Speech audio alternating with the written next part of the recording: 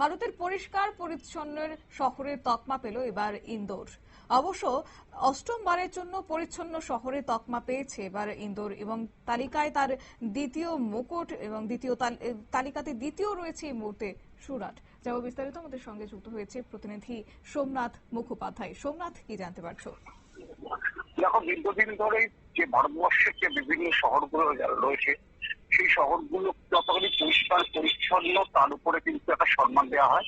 গত 8 বছর ধরে সেই সম্মান কিন্তু সেই ইন্দোর তার মুকুটে রাখতে পেরেছে এবং সেই জায়গাটা কিন্তু কেউ ছড়িয়ে নিতে পারেনি। সবচেয়ে মজার বিষয় হলো পূর্ব ভারতের একটি শহরও কিন্তু প্রথম 10-এ স্থান পায়নি।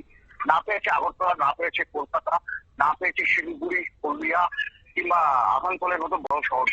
সবটাই কিন্তু মধ্যপ্রদেশে কিন্তু রাজ্যের সবচেয়ে বেশি পরিষ্কার পরিচ্ছন্ন স্টেট বলে কিন্তু ঘোষণা করা হয়েছে। পাশাপাশি গুজরাটের যে শহরগুলো আছে, সুরাট সহ অন্যান্য শহরগুলো, আহমেদাবাদ, তারাও কিন্তু পরিষ্কার পরিচ্ছন্ন শহর বলে গণ্য করা হচ্ছে। একেবারেই ধন্যবাদ। অর্থাৎ আবারও দেশের সবচেয়ে পরিচ্ছন্ন দেশের তকমা পেয়েছে মধ্যপ্রদেশের ইন্দোর শহর। আর এই নিয়ে পরপর 8বার কেন্দ্রীয় সরকারের স্বচ্ছ সর্বেক্ষণ 2024-25 শীর্ষক বার্ষিক সমীক্ষায় শীর্ষস্থানে জায়গা করে নিল ইন্দোর। দ্বিতীয় স্থানে অবশ্য রয়েছে গুজরাটের সুরাত। প্রথম 3-এ জায়গা করে নিয়েছে মহারাষ্ট্রের নভি মুম্বাই। নিয়ে নিচ্ছে ছোট্ট একটি বিজ্ঞাপন বিরতি, সঙ্গে থাকুন।